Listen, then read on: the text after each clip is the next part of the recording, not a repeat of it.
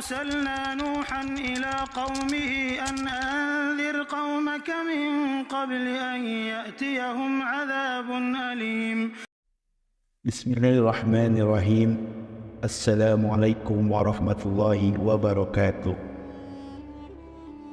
Di tengah hamparan bumi yang luas, saat itu manusia telah jauh menyimpang dari ajaran tauhid. Di tengah kegelapan moral dan kebangkitan kesombongan, berdirilah seorang Nabi, Nuh alaihissalam. Dia adalah sosok penuh keteguhan dan cinta kepada umatnya, berjuang mengingatkan mereka tentang jalan yang benar. Ikhwatu iman rahimakumullah, Nabi Nuh disebut di dalam Al-Quran sebanyak 43 kali. Bahkan Nabi Nuh memiliki nama surah tersendiri, yakni surah Nuh, surah ke-71 dengan jumlah ayat 28. Nama lengkap beliau adalah Nuh bin Lamik bin Matwasyalah bin Khanu bin Yar bin Mahlayil bin Qanin bin Anwasi bin Sid bin Adam. Nama kaum Nabi Nuh disebut dengan Bani Rasib. Menurut sebagian pendapat, Nabi Nuh lahir 126 tahun setelah Nabi Adam wafat. Namun menurut sebagian ulama, rentang waktu antara Adam dan Nuh adalah 10 abad. Semuanya beragama Islam. Hadis riwayat Imam Bukhari. Hadis ini sekaligus bantahan kepada ahli sejarah dari kalangan ahli kitab bahwa Qabil dan anak keturunannya sebagai penyembah api. Berdasarkan keterangan hadis tadi, bahwa sebelum Nabi Nuh diutus, semua manusia masih beragama Islam. Para ulama berbeda pendapat tentang usia saat Nabi Nuh diangkat menjadi Rasul. Ada yang mengatakan 50 tahun, 350 tahun, dan 480 tahun. Pendapat yang ketiga yaitu pendapat Ibnu Jarir dan dikuatkan oleh Ibnu Abbas.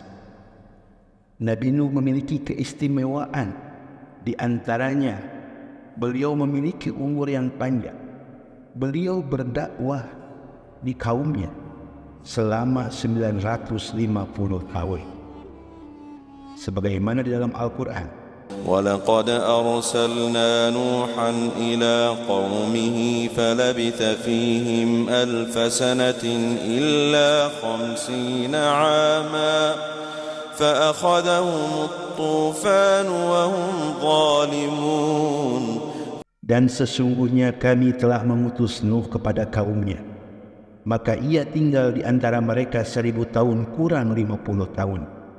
Mereka ditimpa banjir besar, dan mereka adalah orang-orang yang zalim. Al-Quran Surat Al-Ankabut ayat 14. Selain itu, keistimewaan Nabi Nuh adalah beliau memiliki gelar Abul Bashar Asyani, nenek moyang manusia kedua. Seperti diketahui bahwa nenek moyang kita adalah Nabi Adam. Namun setelah peristiwa banjir melanda ketika zaman Nabi Nuh, seluruh makhluk hidup yang ada di muka bumi ini semua musnah dan binasa, kecuali makhluk hidup yang ikut menaiki kapal Nabi Nuh. Selain itu, keistimewaan Nabi Nuh, beliau adalah seorang hamba yang pandai bersyukur. Sebagaimana dalam Al-Quran Surat Al-Isra ayat 3, Innahu kana abdan syakur. Sungguhnya Nuh itu adalah hamba yang pandai bersyukur.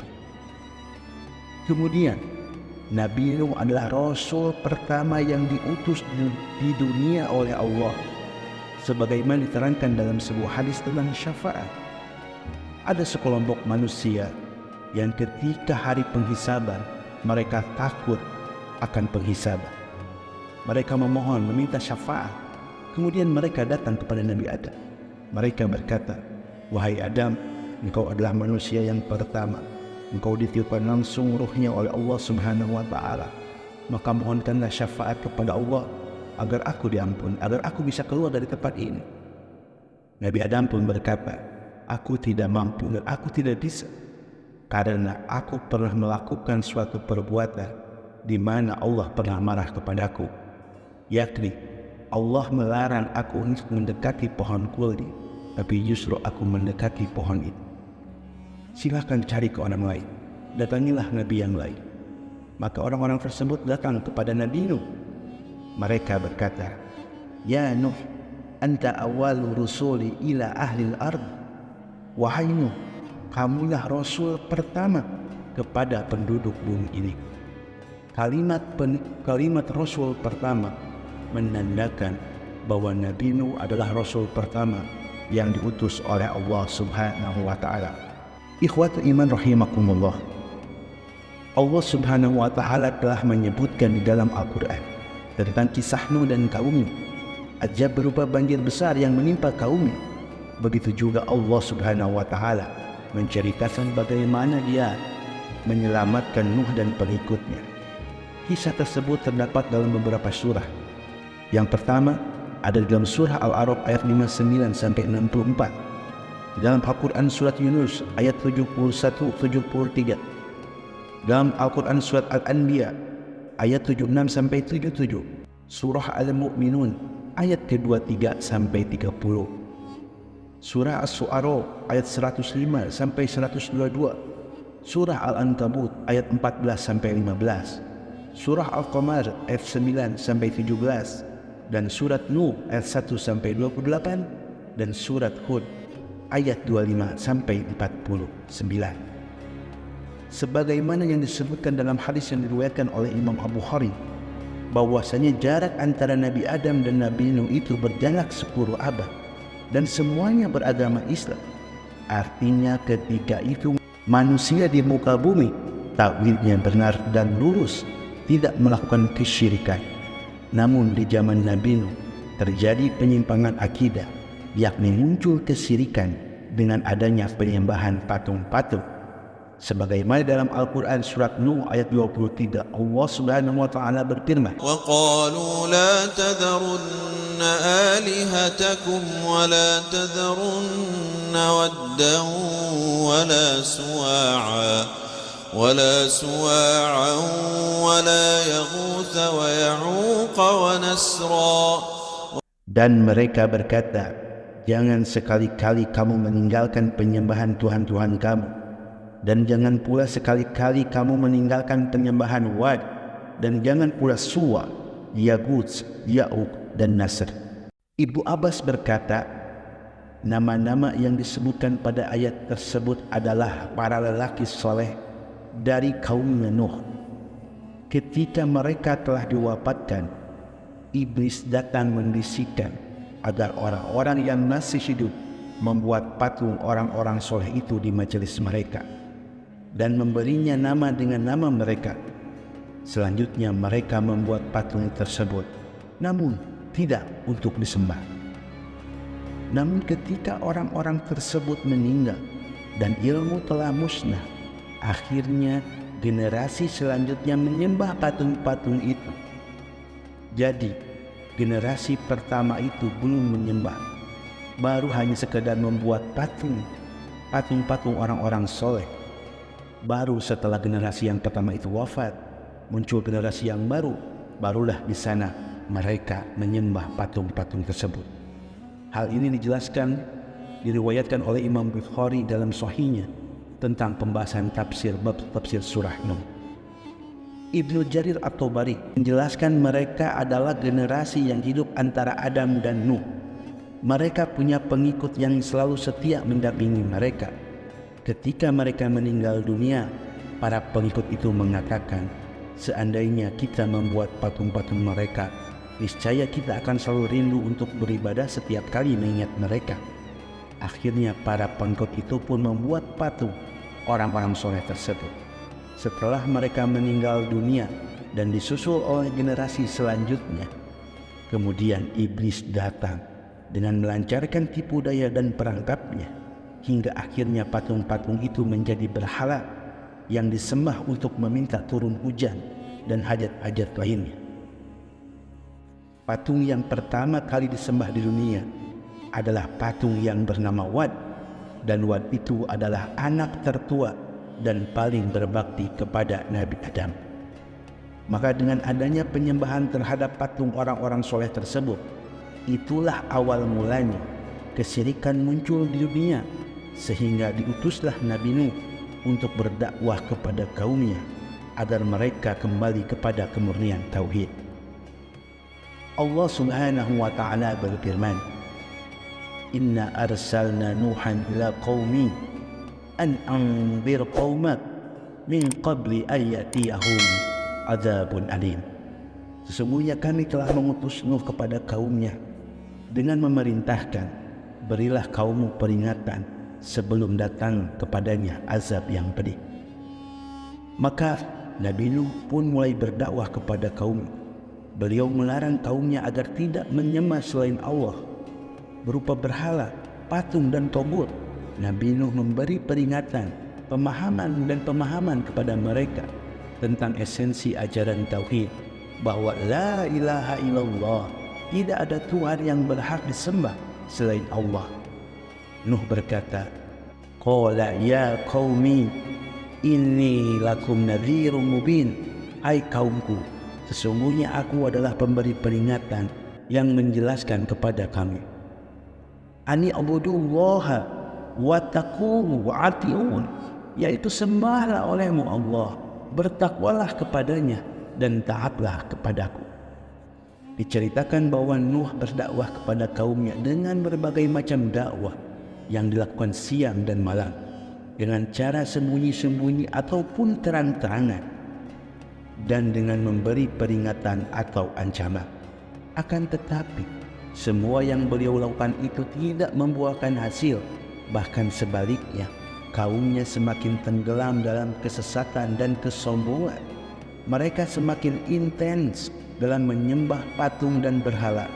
Mereka semakin giat melakukan konfrontasi untuk memusuhi beliau di setiap waktu dan tempat.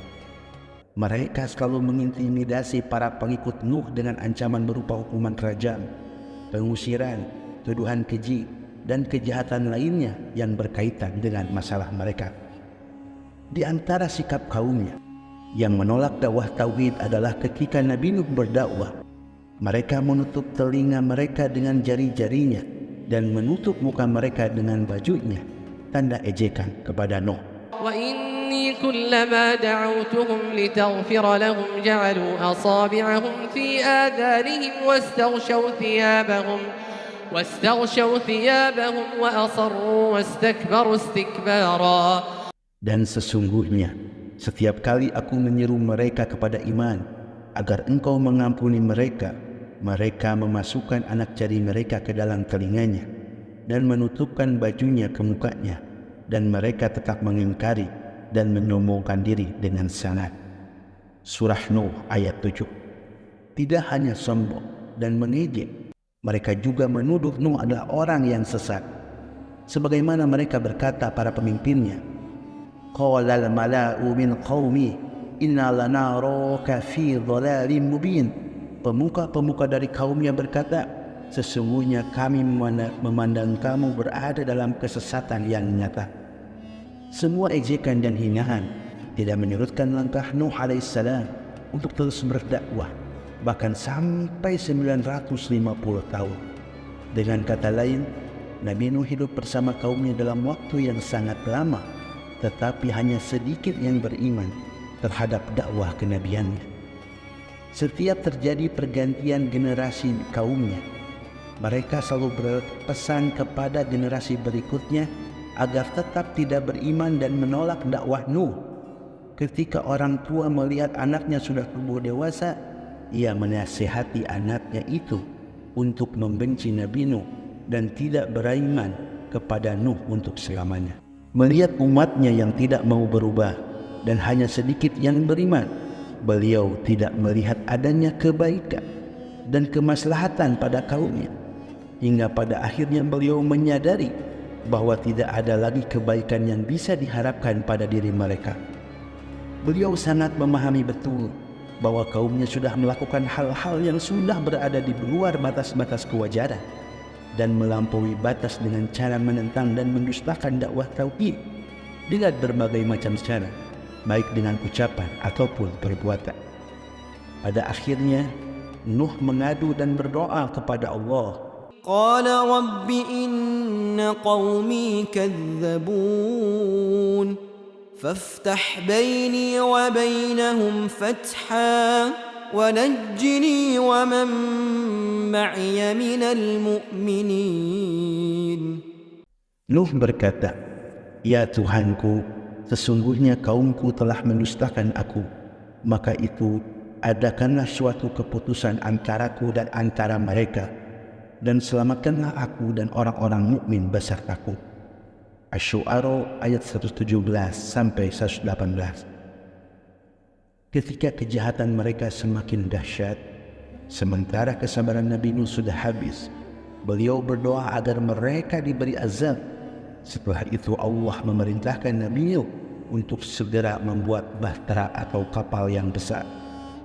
Konon kapal itu sangat besar dan belum pernah ada kapal seperti itu sebelum ataupun sesudahnya. فأوحينا إليه أن اصنع الفلك بأعيننا ووحينا فإذا جاء أمرنا وفارت النور فاسلك فيها من كل زوجين اثنين وأهلك إلا من سبق عليه القول منهم ولا تخاطبني في الذين ظلموا إنهم مغرقون.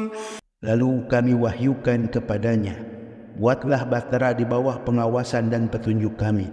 Maka apabila perintah kami telah datang dan tanur telah memancarkan air, maka masukkanlah ke dalam bahtera itu sepasang dari tiap-tiap jenis dan juga keluargamu, kecuali orang yang telah lebih dahulu ditetapkan akan ditimpa azab di antara mereka. Dan janganlah kamu bicarakan dengan aku tentang orang-orang yang zalim, karena sesungguhnya mereka itu akan ditenggelamkan. Ibnu Katsir menyebutkan dalam kitabnya Qisasul Anbiya bahwa sebagian ulama salaf berkata, setelah Allah memerintah Nabi Nuh untuk membuat perahu, Allah memerintah Nuh terlebih dahulu untuk menanam pohon dan menunggu hingga 100 tahun. Ada yang mengatakan 40 tahun. Baru setelah masa menunggu pohon itu sudah tumbuh, Nabi Nuh memotong pohon dan membelah kayu pohon itu untuk dijadikan kapal yang besar. Kapal itu terbuat dari kayu jati dan menurut Ibnu Abbas panjang kapalnya 1200 hasta, lebar 600 dan tinggi 30 hasta. Kapal tersebut memiliki 3 lantai. Lantai pertama diisi oleh jenis hewan, lantai kedua oleh manusia, dan lantai ketiga ditempati berbagai macam jenis burung. Jenis burung yang pertama kali masuk ke kapal adalah jenis kakatua, sedangkan hewan yang terakhir masuk ke kapal adalah keledai. Sedangkan iblis pun masuk ke dalam kapal bergelantungan pada ekor keledai. Nabi Nuh mulai membangun kapal dengan petunjuk Allah, meski ia sebelumnya tidak pernah membuat kapal. Ketika kaumnya melihat beliau membuat kapal di tengah padang pasir, mereka semakin mengejek. Mereka berkata dengan sinis, dan mulailah Nuh membuat kapal, dan setiap kali pemuka kaumnya lewat di hadapannya, mereka mengejeknya. Dia, Nuh, berkata, "Jika kamu mengejek kami, maka kami juga akan mengejekmu, sebagaimana kamu mengejek kami." Surat Hud ayat 38. Ikhwatul iman rahimakumullah, Nabi Nuh terus melanjutkan pembuatan kapal dengan penuh ketekunan. Setelah kapal selesai, Allah memerintahkan Nabi Nuh untuk memasukkan keluarga dan pengikutnya yang beriman. Menurut Ibnu Abbas, jumlah orang yang menaiki kapal sebanyak 80 orang, serta setiap jenis hewan secara berpasangan ke dalam kapal. Nabi Nuh kemudian mengajak pengikutnya untuk bersiap-siap karena azab Allah akan segera tiba. Dia, Nuh, berkata, "Naiklah kamu semua ke dalam bahtera dengan menyebut nama Allah pada waktu berlayar dan berlabuhnya. Sesungguhnya Tuhanku benar-benar Maha Pengampun lagi Maha Penyayang." Hud 41. Maka azab itu datang, sebagaimana dijelaskan di dalam Al-Quran surat Al-Mu'minun ayat 27. "Buatlah bahtera di bawah pengawasan dan petunjuk kami, maka apabila perintah kami telah datang dan tanur telah memancarkan air, maka masuklah ke dalam bahtera itu sepasang dari tiap-tiap jenis. Kata-kata di dalam Al-Quran surat Al-Mu'minun ayat 27, yaitu kata fa'idha ja'a amruna waffarat tanuru fa'aslu fiha, maka apabila perintah kami telah datang dan tanur telah memancarkan air, maka masuklah ke dalam bahtera itu. At-tanur menurut mayoritas ulama adalah permukaan bumi. Semua wilayah dari permukaan bumi memancarkan sumber mata air yang terus keluar secara deras, termasuk dapur-dapur tempat pengapian untuk memasak. Semua keluar air terpancar, lalu terjadilah banjir besar. Allah menjelaskan di dalam Al-Quran, فَفَتَحْنَا أَبْوَابَ السَّمَاءِ بِمَاءٍ مُنْهَمِرٍ وَفَجَّرْنَا الْأَرْضَ عُيُونًا فَالْتَقَى الْمَاءُ عَلَى أَمْرٍ قَدْ قُدِرَ.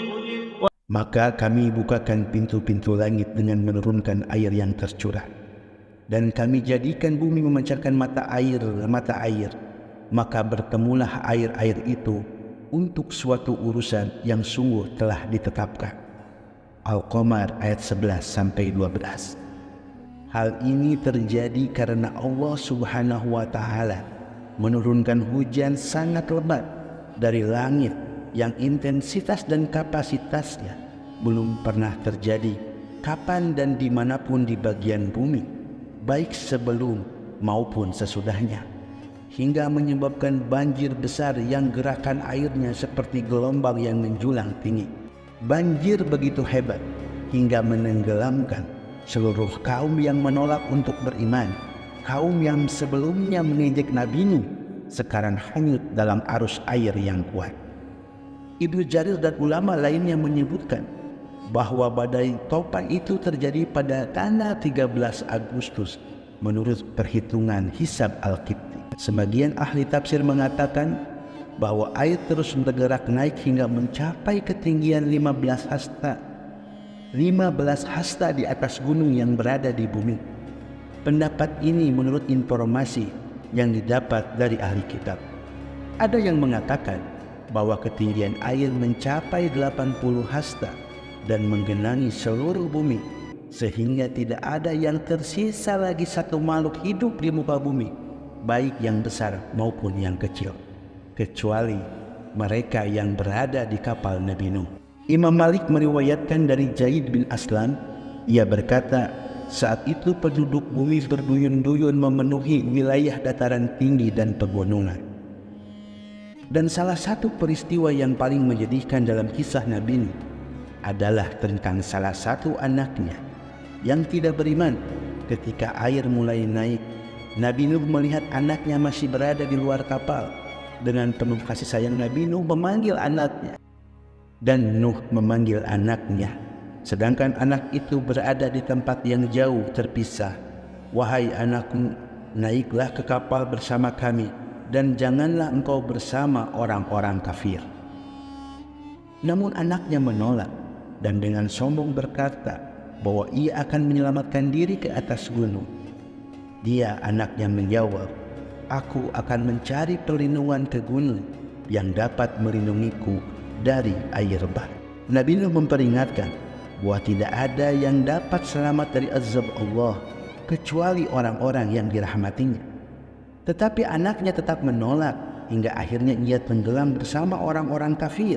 Anak Nabi Nuh tersebut bernama Ya, saudara kandung dari Sam, Ham, dan Yafith. Ada yang mengatakan namanya adalah Kan'an, dan ia termasuk orang yang kafir yang ditenggelamkan dalam banjir hebat itu. Setelah semua makhluk di muka bumi binasa, tenggelam, Nabi Nuh berada di dalam kapal selama 150 hari. Lalu Allah Subhanahu wa Ta'ala mengarahkan kapal itu ke Mekah. Lalu kapal itu berputar-putar mengelilingi Baitullah selama 40 hari. Setelah itu, Allah mengarahkan kapal itu ke Bukit Al-Judi hingga akhirnya berlabuh di bukit tersebut. Allah memerintahkan bumi untuk menyerap airnya dan langit untuk berhenti menurunkan hujan. Kapal Nabi Nuh akhirnya berlabuh di Gunung Judi Allah Subhanahu wa taala berfirman, وقيل يا أرض ابلعي ماءك ويا سماء أقلعي وغيض الماء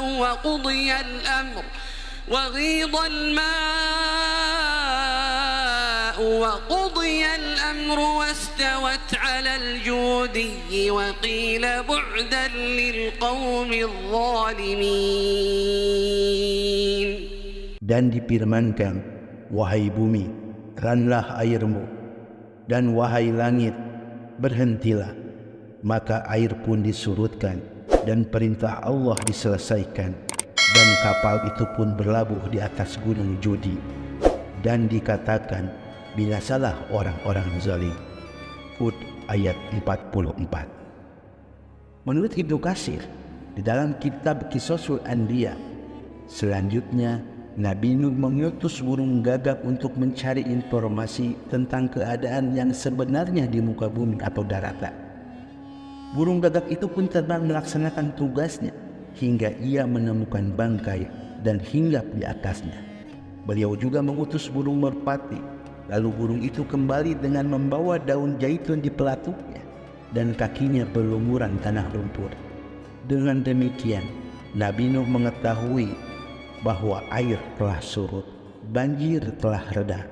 Selanjutnya, beliau turun ke bawah bukit Al-Judi dan membangun sebuah negeri yang diberi nama Samanin, yang berarti 80. Dalam perkembangan selanjutnya, bidang bahasa pun mengalami perkembangan menjadi 80 bahasa, dan salah satunya adalah bahasa Arab. Ikhwatu iman rahimakumullah, pelajaran dari kisah Nabi Nuh yang dapat kita ambil, di antaranya yang pertama adalah kesabaran dalam berdakwah. Nabi Nuh mengajarkan kita tentang kesabaran dalam menghadapi penolakan dan pencemoohan, namun beliau tetap teguh dalam menyampaikan kebenaran. Yang kedua, kepasrahan kepada Allah. Azab Allah pasti datang bagi mereka yang menolak petunjuknya. Tidak ada yang bisa menyelamatkan selain Allah. Bahkan keluarga atau kedudukan seseorang di dunia tidak dapat menyelamatkan ketika azab Allah itu turun. Yang ketiga, pelajarannya adalah kebesaran dan kekuasaan Allah.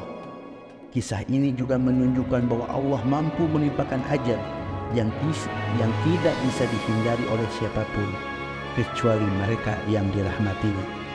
Semoga kita bisa mengambil hikmah dari kisah ini dan senantiasa beriman serta taat kepada Allah Subhanahu wa taala. Semoga kisah ini bermanfaat untuk menambah iman dan takwa kita. Aqulu qouli hada wa astaghfirullahi wa lakum. Wassalamu alaikum warahmatullahi wabarakatuh.